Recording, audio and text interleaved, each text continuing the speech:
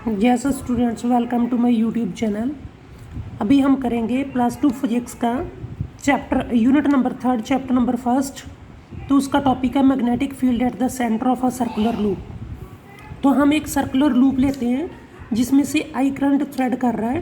तो total loop में find करने की बजाय हम क्या करते हैं, 2 पॉइंट मार्क कर लेते हैं जिसमें आई करंट थ्रेड कर रहा है। उसका पहले फाइंड आउट कर लेंगे मैग्नेटिक फील्ड। उसके बाद क्या करेंगे, हम उसकी इंटीग्रेशन कर देंगे। इंटीग्रेशन के बाद जो है हमारा आंसर आ जाएगा। तो हम देखते हैं ए और बी 2 पॉइंट है जिनमें आइडियल करंट जो है फ्लो कर रहा है।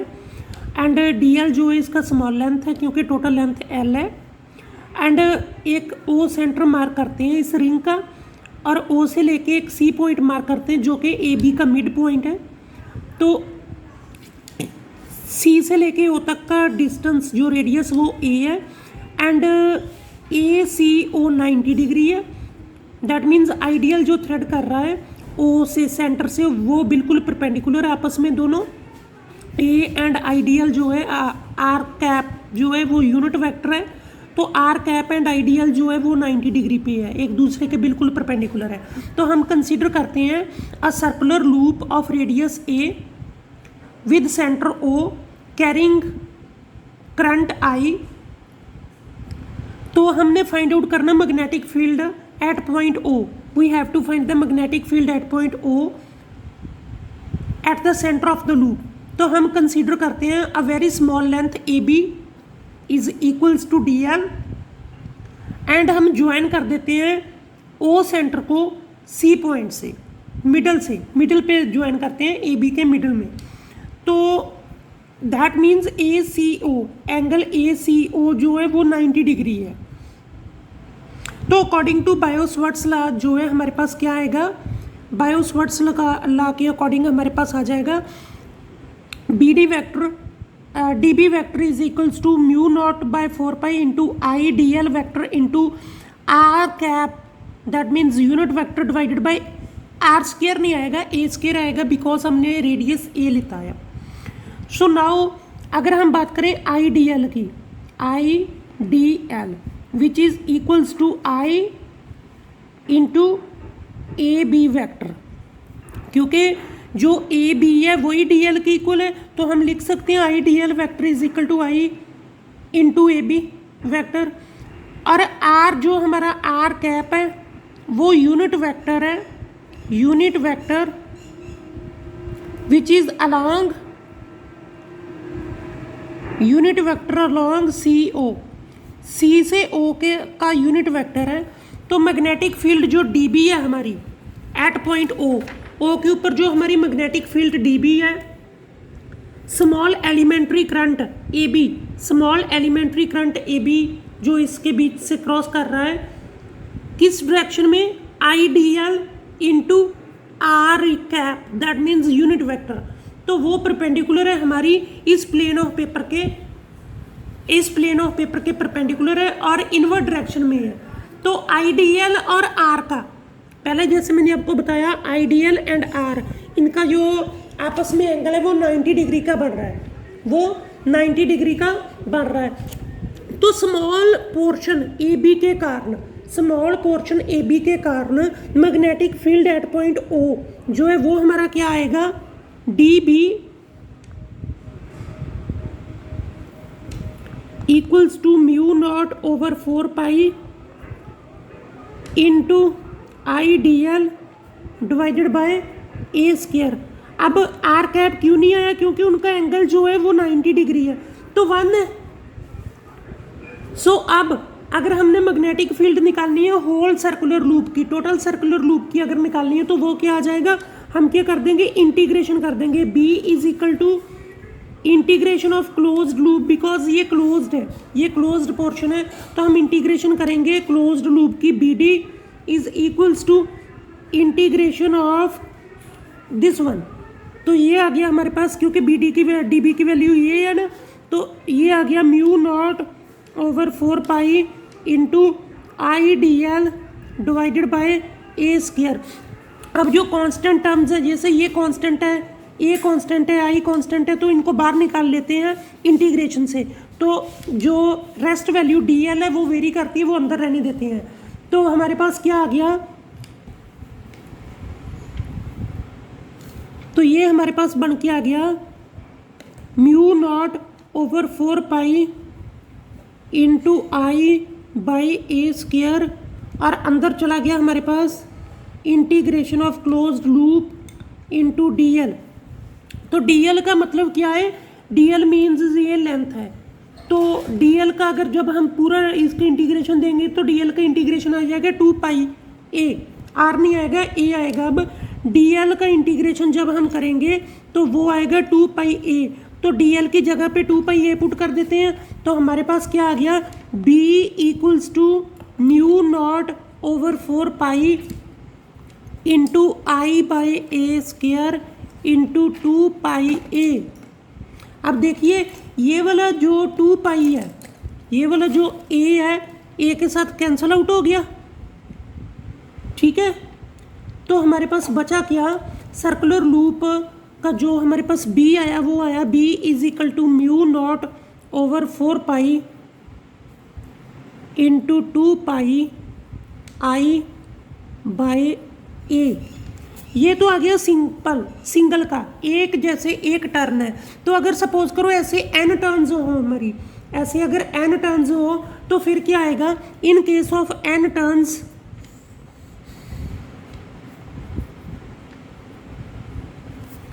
एन टर्न्स लूप की अगर एन टर्न्स है तो फिर क्या आ जाएगा, B is equals to mu not over 4 pi into 2 pi N I by E. ये आ गया हमारा magnetic field due to current आई।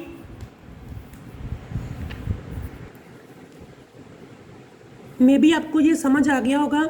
अगर हम बात करें डायरेक्शन ऑफ मैग्नेटिक फील्ड की, डायरेक्शन ऑफ मैग्नेटिक फील्ड का मतलब अगर ऐसे जैसे हमने ए बी एक स्मॉल पोर्शन लिया है, एलिमेंट्री स्मॉल पोर्शन, ऐसे ही हम इस लूप के जिसमें करंट आई थ्रेड कर रहा है, इस लूप के नंबर ऑफ ऐसे स्मॉल एलिमेंट्री पोर्शन ले लेते हैं। तो जैसे ए बी जो है, ए बी में जितना ए बी ने जो मैग्नेटिक फील्ड प्रोड्यूस की है ओ पॉइंट के ऊपर, जितनी एक पोर्शन ने की है ऐसे ही बाकी पोर्शन भी सभी करेंगे।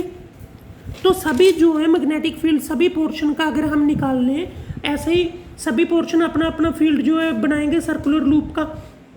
Magnetic field whole circular loop का अगर हम देखें तो वो सेम ही रहेगा जैसे हमारा करंट एलिमेंट ए बी का आया है, सेम ही रहेगा।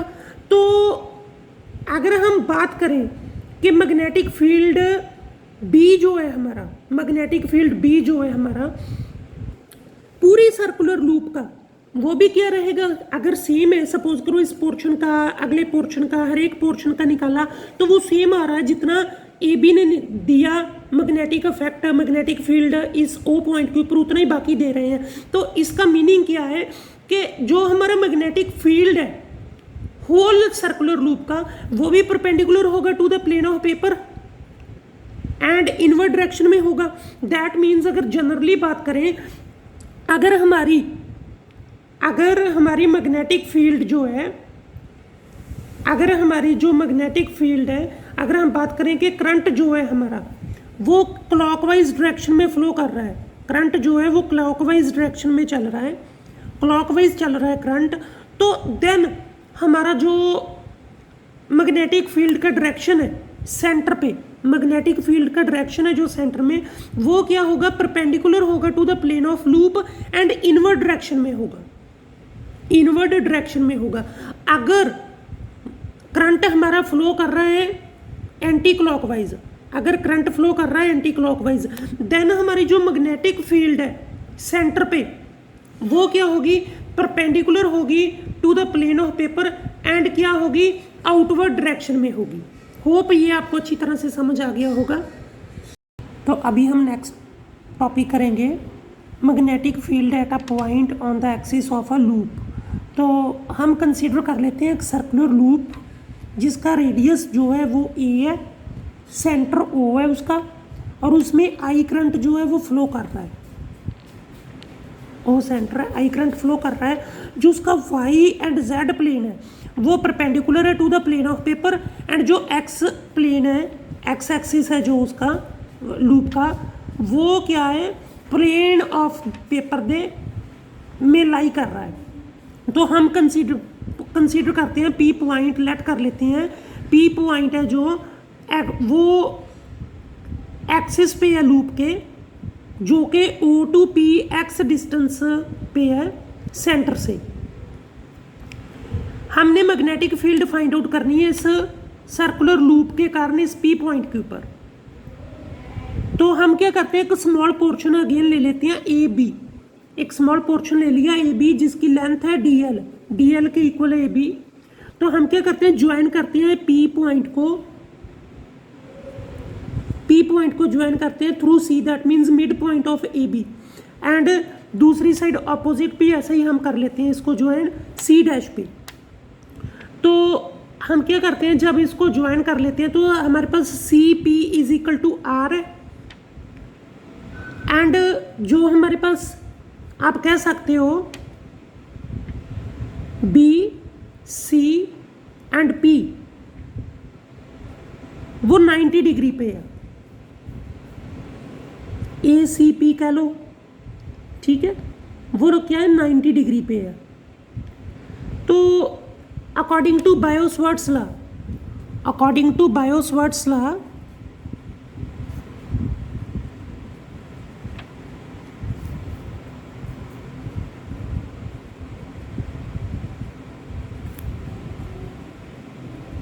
हमारे पास क्या बनेगा, D B vector equals to mu not over 4 pi into I D L vector divided by R square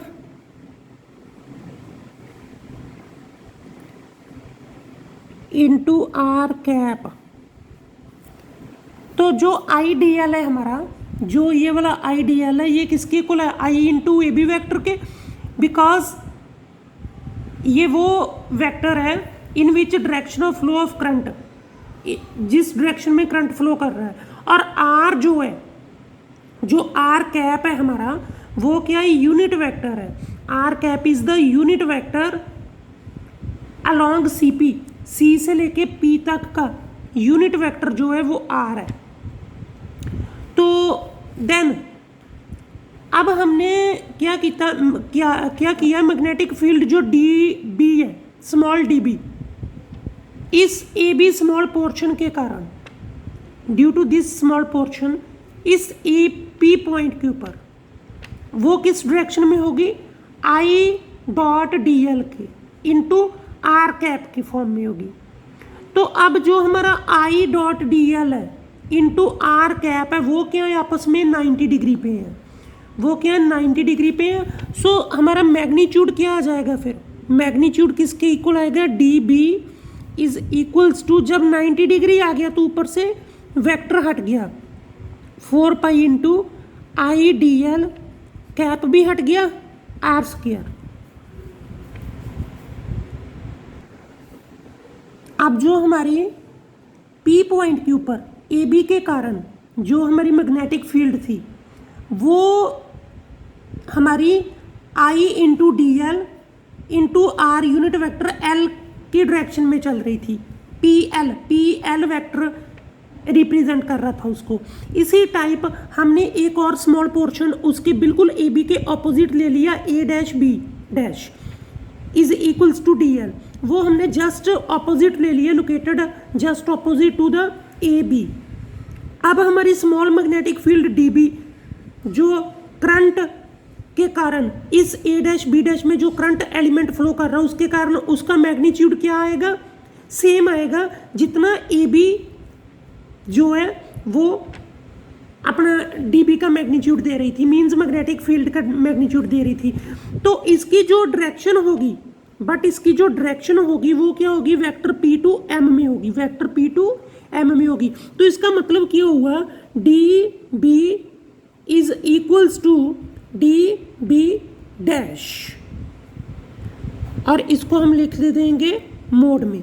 mode का मतलब होता है टोटल, जितनी भी इसके ऊपर लग रही है फोर्सेस। तो अब हम डीबी जो है हमारी D B and D B dash means A B portion के कारण जो मैग्नेटिक फील्ड एंड जो A B dash A dash B dash portion के कारण मैग्नेटिक फील्ड है, दोनों के कंपोनेंट रिजॉल्व करेंगे। तो जो हमारे कंपोनेंट हो गए दोनों के, वो एक तो जाएंगे जेड डैश एक्सिस में, एक जाएंगे एक्स एक्सिस में। जो जेड डैश में जाएंगे वो जाएंगे dB cos of theta and दूसरा अपोजिट डायरेक्शन में जाएगा dB cos of theta.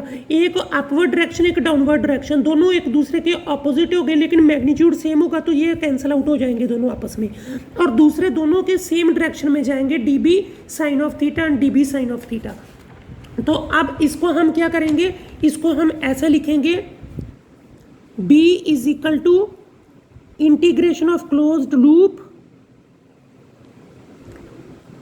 dB sine of theta, dB sine of theta. तो ये वैल्यू हमारे पास आ गई B is equal to integration of closed loop dB sine theta. अब dB की वैल्यू हमें पता, dB की वैल्यू क्या हमने निकाली है पीछे, integration of closed loop dB की वैल्यू थी mu not over 4 pi into I D L divided by R square into sine of theta. ठीक है, अब साइन ऑफ थीटा जो है वो भी कांस्टेंट है, आई भी कांस्टेंट है, आर स्क्वायर ये सभी कांस्टेंट है, डीएल नहीं कांस्टेंट है। बस डीएल को ऐसे रहने दो, उसकी इंटीग्रेशन दे दो, बाकी सभी ऐसे लिख दो, बाहर निकाल के लिख दो mu not over 4 pi into I by R square and sine of theta. अंदर रह गया, इंटीग्रेशन कर दी हमने डीएल की। तो डीएल की जब इंटीग्रेशन करेंगे तो डीएल की इंटीग्रेशन हमने क्या किया है, ऐसे सर्कुलर लूप लिया है, उसका ये वाला रेडियस हमने ए लिया है। तो हम ए के साथ इंटीग्रेशन इसकी जो है इसका सर्कमफ्रेंस 2 पाई आर नहीं आएगा, 2 पाई ए आएगा। तो हम क्या करेंगे, जब इंटीग्रेशन आएगी हमारी डीएल की वो आएगी 2 पाई ए, तो डीएल की जगह पे 2 पाई ए पुट कर देते हैं। तो हमारे पास क्या आ जाता है, B is equals to mu not over 4 pi into I D L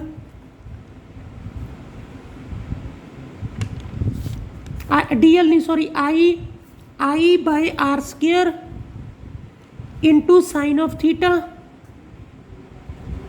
क्योंकि डीएल तो हमने इंटीग्रेट कर दिया ना, तो उसकी जगह पे लिखेंगे 2 पाई ए डीएल की जगह पे। तो अब इसकी वैल्यू जो है लिख दो, क्या आ गई हमारे पास, इसकी वैल्यू आ गई mu not over 4 pi into 2 pi I A divided by R square into sine of theta. तो अब साइन क्या होता है, साइन की वैल्यू होती है हमारे पास P ओवर H। साइन को हम लिखते हैं P over H, sine theta को P ओवर H लेते हैं। तो P ओवर H का मतलब अगर हम लूप की बात करें तो ये हमारे पास A था, ये हमारे पास R था, ये हमारे पास X था। तो परपेंडिकुलर क्या बना इसका, A और H बना R। तो ये आ गया A by R means theta की, अगर हम साइन थीटा में से अगर हम थीटा की बात करें तो थीटा क्या आ गया, P over H, that means A over R। तो A ओवर R लिख देते हैं थीटा की जगह पे। तो हमारे पास B is equals to mu not over 4 pi into 2 pi I A divided by R square into theta की वैल्यू, साइन थीटा की वैल्यू लिखेंगे A बाय R। तो इसको जब हम सॉल्व आउट करेंगे तो आ जाएगा B is equal to mu not over 4 pi into 2 pi I A square divided by R cube. तो अब हम निकालेंगे इस आर की वैल्यू। आर की वैल्यू कैसे निकलेगी, अप्लाई पाइथागोरस थ्योरम। जब हम इसके ऊपर पाइथागोरस थ्योरम अप्लाई करेंगे तो H square is equal to P square plus B square, hypotenuse the square is equal to perpendicular the square plus base का स्क्वायर। तो हाइपोटेन्यूज हमारे पास R square is equal to perpendicular A square plus base X square. तो R जब हम निकालेंगे तो R क्या आ जाएगा, under A square plus X square.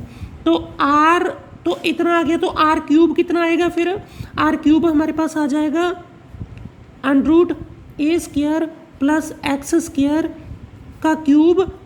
तो अंडर हटा दो, आर क्यूब कितना आ गया, ए स्क्वायर प्लस एक्स स्क्वायर की क्यूब इंटू 1/2। 1/2 का मतलब क्यूब ऊपर है, इंटू 1/2 है, तो ये आर कितना आ गया हमारे पास, आर क्यूब आ गया ए स्क्वायर प्लस एक्स स्क्वायर की 3/2। तो अब हम इसकी जगह पे ये लिख देंगे वैल्यू, तो हमारे पास क्या आ जाएगा, b is equals to mu not over 4 pi into mu not over 4 pi into 2 pi I A square divided by A square plus X square की रेज टू पावर 3/2। तो ये तो था हमारा सिंगल टर्न के लिए, अगर लूप की एक टर्न है तो। अगर n टर्न्स है, if loop has n turns, अगर n नंबर ऑफ टर्न्स है तो b क्या आ जाएगी, b is equal to mu not over 4 pi into 2 pi n I A square divided by A square plus X square the raise to power 3/2। ये हमारा relation बन गया। Hope आपको अच्छी तरह से समझ आ गया होगा। ऐसे जो है आपके एक्सप्रेशन है वो आपको पेपर में पूछे जाते हैं। Hope you understand.